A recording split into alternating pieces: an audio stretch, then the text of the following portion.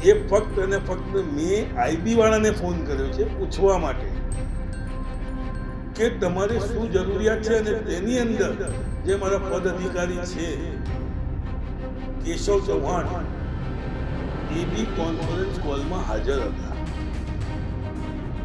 ન કે મેં એવું કહેવા માટે કહ્યું છે કે તમે આવું કરો અને આઈબી બનીને ફોન કરો. ભારતીય જનતા પાર્ટી માટે સૌથી મોટી પરેશાનીનું કારણ છે એમને પરેશાની એ નથી કે ગુજરાતના લોકોને સુવિધાઓ નથી મળતી, એમની પરેશાની એ નથી કે ગુજરાતની અંદર ખેડૂતોને ડીઝલ નથી મળતું, મોંઘવારી વધી છે, લોકો પરેશાન છે, નીટના પેપર લીક થાય છે. આ એમને બિલકુલ પરેશાની નથી. એમને પરેશાની છે કે સામે પક્ષે કોઈ બોલવાવાળો વ્યક્તિ ન હોવો જોઈએ. આજે એવું પૂછવામાં આવે છે બેન દ્વારા કે તમારું ગુજરાતનું ફંડ ક્યાંથી આવે છે, તમારું વડોદરાનું ફંડ ક્યાંથી આવે છે. વેલકમની અંદર 24 થી 26 કેજરીવાલજી રોકાયા, એનું ફંડ ક્યાંથી આવ્યું? હું આજે હર્ષ સંઘવીને સીધો પૂછવા માંગુ છું કે શું તમે આ રાજનીતિ કરવા માટે લોકોને પકડવા, લોકોને ધમકાવવા, લોકો પર ખોટા કેસ કરવા, આજે એ બેન કોણ હતા? આવે છે પોલીસ એની પાછળ આઈબીને લગાવવામાં આવી છે, ત્યારે એક ષડયંત્ર ફરીથી રચવામાં આવ્યું. આમ આદમી પાર્ટીના નેતા કે જેમણે આઈબી અધિકારી સાથે ફોન કરી અને એમને પૂછપરછ કરી કે કોણ છો તમે, શા માટે ફોન કરો છો, શા માટે પૂછો છો, એ વ્યક્તિને બાતમીદાર બનાવી અને આમ આદમી પાર્ટીના વડોદરાના શહેર પ્રમુખ અશોક ઓઝાને પણ ફ્રેમ કરવાનું કામ કર્યું છે.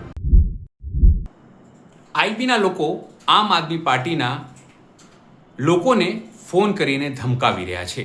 આરોપ થોડા દિવસ પહેલા આમ આદમી પાર્ટીના નેતાઓ લગાવ્યા હતા. ખાસ કરીને અરવિંદ કેજરીવાલે ટ્વીટ કરીને વાત કહી હતી. પછી ખબર પડી અને સમાચાર આવ્યા સમાચાર માધ્યમોમાં કે આ તો આમ આદમી પાર્ટીના લોકોએ જ આ તમામ પ્રકારનું ષડયંત્ર કર્યું હતું. પણ હવે આમ આદમી પાર્ટીએ વળતો પ્રહાર કર્યો છે અને જે વ્યક્તિને વડોદરા પોલીસે ઉપાડ્યો હતો કે ડિટેન કર્યો હતો, એણે મીડિયાની સામે આવીને તંત્રની પોલ ખોલી છે, ભાજપની અને પોલીસની પોલ ખોલી છે, જેને લઈને આમ આદમી પાર્ટીના નેતા મનોજ સુરઠિયાએ પણ આકરો પ્રહાર કર્યો છે. સીધી રીતે સવાલ હર્ષ સંઘવીની પોલીસથી પણ પૂછાયો છે અને હર્ષ સંઘવીથી પણ પૂછાયો છે. નમસ્કાર, હું છું ચિંતામણી પુતનિલ પટેલ. સ્વાગત છે આપનું મારા કાર્યક્રમમાં. આવો સાંભળીએ કઈ રીતે જે વડોદરાના આપના નેતા છે તે પોતાની વાત કહી રહ્યા છે અને સાથે મનોજ સુરઠિયાએ કઈ રીતે ભારતીય જનતા પાર્ટી ઉપર આરોપ લગાવ્યો છે.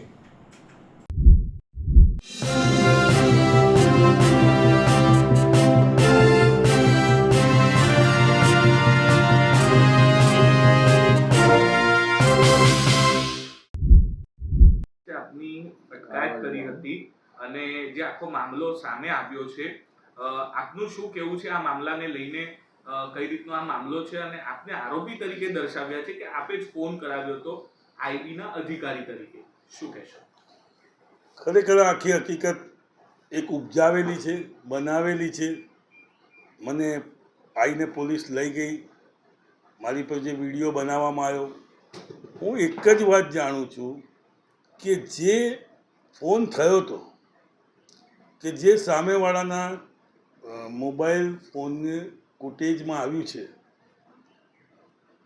એ ફક્ત અને ફક્ત મેં આઈબી વાળાને ફોન કર્યો છે પૂછવા માટે કે તમારે શું જરૂરિયાત છે, અને તેની અંદર જે મારા પદ અધિકારી છે કેશવ ચૌહાણ એ બી કોન્ફરન્સ કોલમાં હાજર હતા. ન કે મેં એવું કહેવા માટે કહ્યું છે કે તમે આવું કરો અને આઈબી બનીને ફોન કરો. આ બધી વાત સાઈડ પર રાખી અને જ્યારે મને ત્યાં લઈ જવામાં આવ્યો અને ત્યાં એક મેડમ આવે છે જે એક રૂમની અંદર પોતાની જાતને પીઆઈ બતાવી અને મારી સાથે 2 કલાક ચર્ચાઓ કરે છે. એ ચર્ચાની અંદર ફક્ત અને ફક્ત પાર્ટીના જૂના સંગઠન અને નવા સંગઠનની વાત પૂછવામાં આવે છે. તો શું મને ત્યાં એટલા માટે લઈ જવામાં આવ્યો હતો કે પાર્ટીનું સંગઠન કેવું છે, જૂનું શું હતું ને નવું શું હતું? આજે એવું પૂછવામાં આવે છે બેન દ્વારા કે તમારું ગુજરાતનું ફંડ ક્યાંથી આવે છે, તમારું વડોદરાનું ફંડ ક્યાંથી આવે છે. વેલકમની અંદર 24 થી 26 કેજરીવાલજી રોકાયા, એનું ફંડ ક્યાંથી આવ્યું? હું આજે હર્ષ સંઘવીને સીધો પૂછવા માંગુ છું કે શું તમે આ રાજનીતિ કરવા માટે લોકોને પકડવા, લોકોને ધમકાવા, લોકો પર ખોટા ખોટા કેસ કરવા? આજે એ બેન કોણ હતા, એ પરમાર મેડમ જે બતાવવામાં આવ્યું, મને કોઈ એંગલથી એ પીઆઈ નહોતા લાગતા. મને પૂરેપૂરી ખબર છે, હું પાકું જાણું છું કે મને ત્યાં આ બધું મારું સંગઠન જાણવા માટે, એની પૂછપરછ કરવા માટે જ ઈન મીન તીન કરીને ત્યાં લઈ જવામાં આવ્યો હતો. મારું કોઈ કાવતરું નથી અને હું પાર્ટીનો હંમેશા વફાદાર છું અને વફાદાર રહીશ. જય હિન્દ, જય ગુજરાત.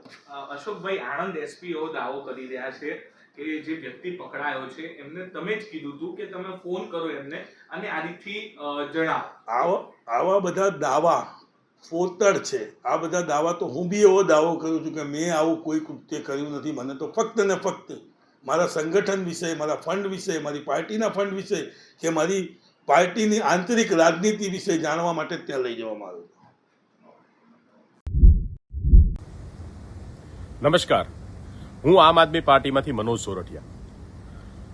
આજે ગુજરાતની અંદર લોકો, ખેડૂતો, યુવાનો, વિદ્યાર્થીઓ, મહિલાઓ, તમામ લોકો છેલ્લા 30 વર્ષથી ભારતીય જનતા પાર્ટીના શાસનથી પરેશાન છે, ભારતીય જનતા પાર્ટીની તાનાશાહીથી પરેશાન છે. એવા સમયમાં આમ આદમી પાર્ટી ગુજરાતની અંદર ધીમે ધીમે લોકોની પસંદ બની રહી છે. ધીમે ધીમે લોકો આમ આદમી પાર્ટીને ચાહી રહ્યા છે અને આમ આદમી પાર્ટીનું સંગઠનનો વ્યાપ જે છે એ વધી રહ્યો છે. ગત સ્થાનિક સ્વરાજની ચૂંટણીમાં પણ 500થી વધારે ઉમેદવારો આમ આદમી પાર્ટીના ચૂંટાયા અને ગુજરાતના ઇતિહાસમાં પહેલીવાર એવું બન્યું છે કે કોઈ ત્રીજો પક્ષ, જેને ભાજપ અને કોંગ્રેસ સિવાયનો ત્રીજો પક્ષ ગુજરાતમાં સફળ થયો હોય અને આટલા મોટા પ્રમાણમાં 6000થી વધારે ઉમેદવારો કોઈ ચૂંટણીની અંદર ઉતર્યા હોય. આ તમામ ઘટનાઓ આજે ભારતીય જનતા પાર્ટી માટે સૌથી મોટી પરેશાનનું કારણ છે. એમને પરેશાની એ નથી કે ગુજરાતના લોકોને સુવિધાઓ નથી મળતી. એમની પરેશાની એ નથી કે ગુજરાતની અંદર ખેડૂતોને ડીઝલ નથી મળતું. મોંઘવારી વધી છે, લોકો પરેશાન છે, નીટના પેપર લીક થાય છે. આ એમને બિલકુલ પરેશાની નથી.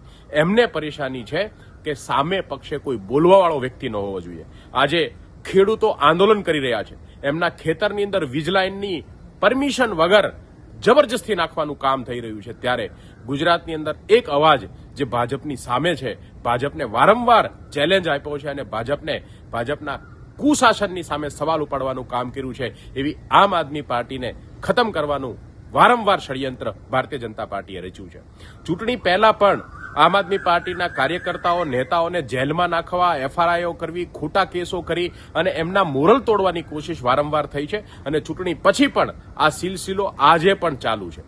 2 દિવસ પહેલાની એક ઘટના છે કે એક આઈબીના વ્યક્તિએ આમ આદમી પાર્ટીના કાર્યકર્તાને કોલ કરી અને એમની તમામ વિગતો માંગી અને ત્યારબાદ જ્યારે એ વાત આમ આદમી પાર્ટીએ જાહેર માધ્યમોમાં કહેવાની શરૂઆત કરી કે આમ આદમી પાર્ટીના નેતાઓને ધમકીઓ આવે છે, પોલીસ એની પાછળ આઈબીને લગાવવામાં આવી છે, ત્યારે એક ષડયંત્ર ફરીથી રચવામાં આવ્યું.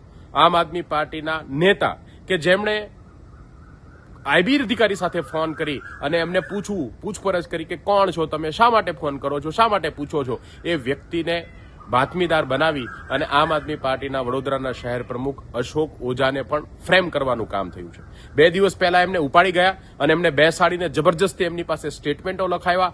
આમ આદમી પાર્ટીની તમામ માહિતીઓ માંગી, સંગઠનની માહિતી માંગી, ખર્ચની માહિતીઓ માંગી. તમામ માહિતીઓ માંગવાનું કારણ આજે એ વ્યક્તિ પાસે મને નથી સમજાતું કે ભારતીય જનતા પાર્ટીને કેમ પડી છે.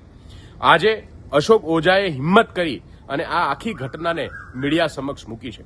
એમણે કીધું છે કે આ વ્યક્તિ જેણે ફોન કરાયો હતો, જેણે ફોન કર્યો છે, એ વ્યક્તિ સાથે એમના કશું લેવા દેવા નથી. એક ખોટો આરોપ એમની ઉપર લગાવવામાં આવ્યો છે કે ફોન અશોક ઓઝાએ કરવામાં આવ્યો છે. આ વાત અશોકભાઈએ પોતે પણ જાહેર માધ્યમોની અંદર કહી છે. હું બહુ જવાબદારી સાથે કહેવા માંગુ છું કે ગુજરાતની અંદર એક મજબૂત પક્ષ તરીકે, એક મજબૂત વિકલ્પ તરીકે જ્યારે આમ આદમી પાર્ટી ઉભરી રહી છે, ત્યારે ભારતીય જનતા પાર્ટી આ તમામ પ્રકારના ષડયંત્ર કરી રહી છે. આમ આદમી પાર્ટીના નેતાઓને ફ્રેમ કરવાનું કામ કરી રહી છે, આમ આદમી પાર્ટીને ખોટી રીતે બદનામ કરવાનું કામ કરી રહી છે. અશોક ઓઝાએ પોતાનો પક્ષ મૂક્યો છે. મારી તમામ લોકોને અને મીડિયાના માધ્યમના લોકોને પણ વિનંતી છે કે અશોકભાઈનો આ પક્ષ જે છે એ પણ જનતા સુધી પહોંચાડવાનું નો પ્રયાસ કરો. લોકો સાચું જાણે, સત્ય શું છે એ લોકોને પણ જાણ થવી જોઈએ અને લોકો પણ ભારતીય જનતા પાર્ટીની આ તાનાશાહીથી પરેશાન છે ત્યારે લોકોને પણ આ રાજનીતિની અંદર આજે ગુજરાતની આ સ્થિતિ છે એની અંદર પોતાનો પક્ષ સાંભળવાની અને પોતાની વાત સાંભળવાનો અધિકાર મળે એવી વિનંતી કરું છું. આભાર. ભારત માતા કી જય. જે રીતે આ આઈબી વાળી વાત છે અને ડિટેન કરવાની વાત છે, ફોન કોલની વાત છે, તેને લઈને આપ શું વિચારો છો? અને જે રીતે પોલીસ વર્તી રહી છે, જે રીતે આમ આદમી પાર્ટી આરોપ લગાવી રહી છે, તેને લઈને આપ શું વિચારો છો? જરૂરથી અમારા કોમેન્ટ બોક્સમાં કોમેન્ટ કરજો. એ સિવાય અમારી યુટ્યુબ ચેનલ લાઈક કરો, સબસ્ક્રાઇબ કરો, બેલ આઇકન દબાવો. સાથે અમારી વેબસાઇટ છે www.gujaratpress.in. ત્યાં પણ જેમ તેમ બધું અપડેટ થઈ શકો છો. અમારા ઇન્સ્ટા અને ફેસબુક પેજ પણ તમે ફોલો અવશ્ય કરો. અત્યાર માટે બસ આટલું જ. નમસ્કાર.